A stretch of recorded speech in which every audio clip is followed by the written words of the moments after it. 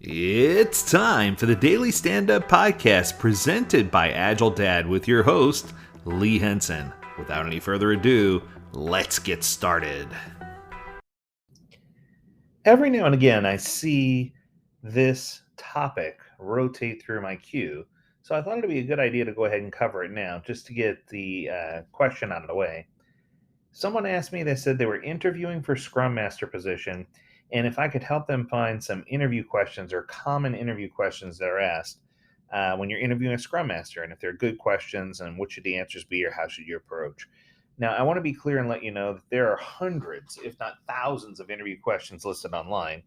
But the ones that I'm going to focus on are going to be some of the ones that I think I see more often than others, right? And I want to reflect and give credit where credit is due. Stefan Wolpers was one of the first people that I saw. He's a professional Scrum trainer with Scrum.org, and he was one of the ones that I saw that first posted some of these questions. So some of these questions might have a Scrum.org slant. I haven't read the whole article yet, but I wanted to make sure that you were aware of some of these questions because the question came to me, so I did the research, and this is what I found. So, question number one: how would you organize a sprint planning meeting? Now, this is intentionally left as an open-ended question, I'm guessing, because it's good to hear people share stories about what happened in their lives in the trenches and to get a general idea of how this person flows and what kind of things they do and how the Scrum team might react to the way that this person proposes that they perform sprint planning. So, one way or one example might be that the product owner introduces a business objective for the new sprint. The Scrum team, the entire Scrum team, creates a corresponding sprint goal. Developers commit to the sprint goal, and they identify necessary work that they need to accomplish in order to meet that goal. They can refine work items as they go, and then refer to the package as a sprint goal with selected backlog items, the delivery plan, and a sprint backlog. I think that's pretty solid. That's pretty solid for step one or question one, and I think that's a good question. Oftentimes, I ask questions like this in interviews just so I can get to hear how this person processes, what they like to do, how they process information, and what's going on. All right, question number two: what factors should a Scrum team consider at a sprint planning to determine a feasible sprint goal? Now, this is interesting. So, when you're asking what factors, you have to consider what typical Scrum teams do and what the criteria is and how they lay it all out. So, who will be present during a sprint? Is there anyone on holiday or who's going to be on sick leave? Are people leaving the team requiring a last minute knowledge transfer? Or do new people joining the team require some proper onboarding? Will there be public holidays during a sprint? Do we have all the tools necessary or familiar with those? Are we familiar with part of the application we're working on? Or is it new and something different? Are we facing any dependencies from other teams where we need to rely on them? What level are we going to achieve to address technical debt if we have any that we need to address? In my world, you would have a separate technical debt sprint, but I get it if you're considering it as part of your ongoing sprints. What was the Scrum team's past performance, and should we expect that the performance is going to be similar going forward? These are great ways to get a feel for how the person sees their role on the team and as a Scrum Master, and it shows what things are important to them and how they see flow. So, good question again. All right, let's go to number three. Is it acceptable for the product owner to introduce a business objective for the upcoming sprint that resembles a list of random work items? Okay, here's the deal. This is kind of a trick question. What they're trying to get to here is that the product owner should have control of what they introduce. However, if it's a bunch of random things, it should all fold in to accomplish a single important sprint goal. It's not designed to just have stuff get done. Now, I have seen a sprint before where we tie up loose ends and we grab little pieces of things and get those done. And that's different. That's tying up loose ends still towards a common delivery goal. However, we want to make sure that we're not just doing a random list of stuff to try to get things done. That just doesn't ever get to be productive. Okay, question number four says, is it okay? Do you think it's okay to use a definition of ready? So, definition of ready is really, really interesting. It's situational, right?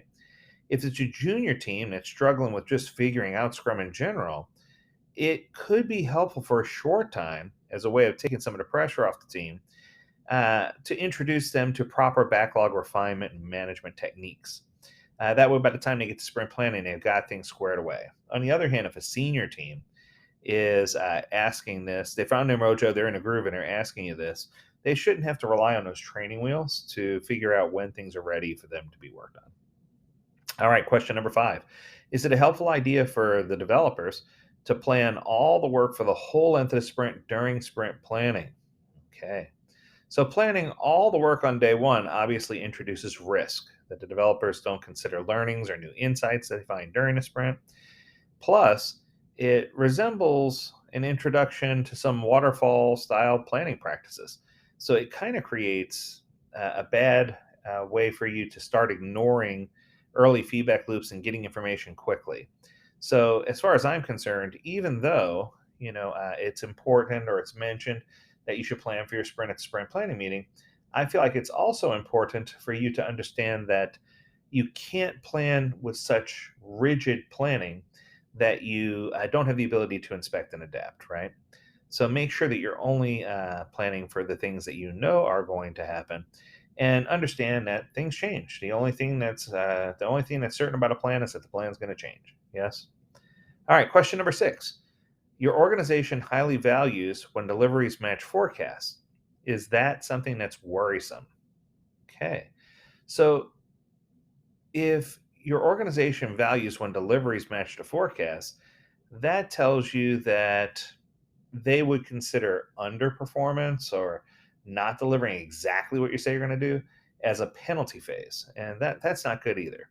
So what's going to happen is the team will start padding by choosing smaller goals and putting smaller amounts of work in a sprint and reduce their output, or so that they could have a more safe environment where they feel like they can be trusted to deliver what they promise. So it's kind of a red flag when you see that happen. And then finally, the last question: should a Scrum Master worry about the utilization rate of developers? Now, this one, I can hit this one out of the park. Abso-positively not. There's no way. You shouldn't be looking at utilization rate and is this person utilized at 100% of their time or 85% of their time, and let's keep track of hours and have them work across multiple things. You're going to quickly introduce dilemmas where you're going to have people who are trying to cross thread or context switch, and they're losing productivity and they're not focused on what they need to do. This is just a rough draw. So my opinion right away is to say, no way, Jose. Let's just keep working the way we're working and not do that, because you're just going to introduce more problems than what it's worth. So I could probably go on with hundreds of other questions, but I think the final point that I want to make here is, if you're going to do this type of interview for a Scrum Master and you're going to ask some of these powerful questions, make sure that you include the team in your round of questioning. Because if you include the team and help them or allow them to figure out what they can do to assist in onboarding the right people to do the job as a Scrum Master, and to make sure that everyone understands what's going on, I just think it's so incredibly important to have the team involved in the decision. Yes. Okay, so that's going to do it for this episode. I hope you learned something. If you have a question or a topic you want us to cover, feel free to reach out to us, learn more at agiledad.com, where we'd love to hear from you. And as always, we encourage you to stay healthy, stay well, and stay agile, my friends. Until next time, do take care.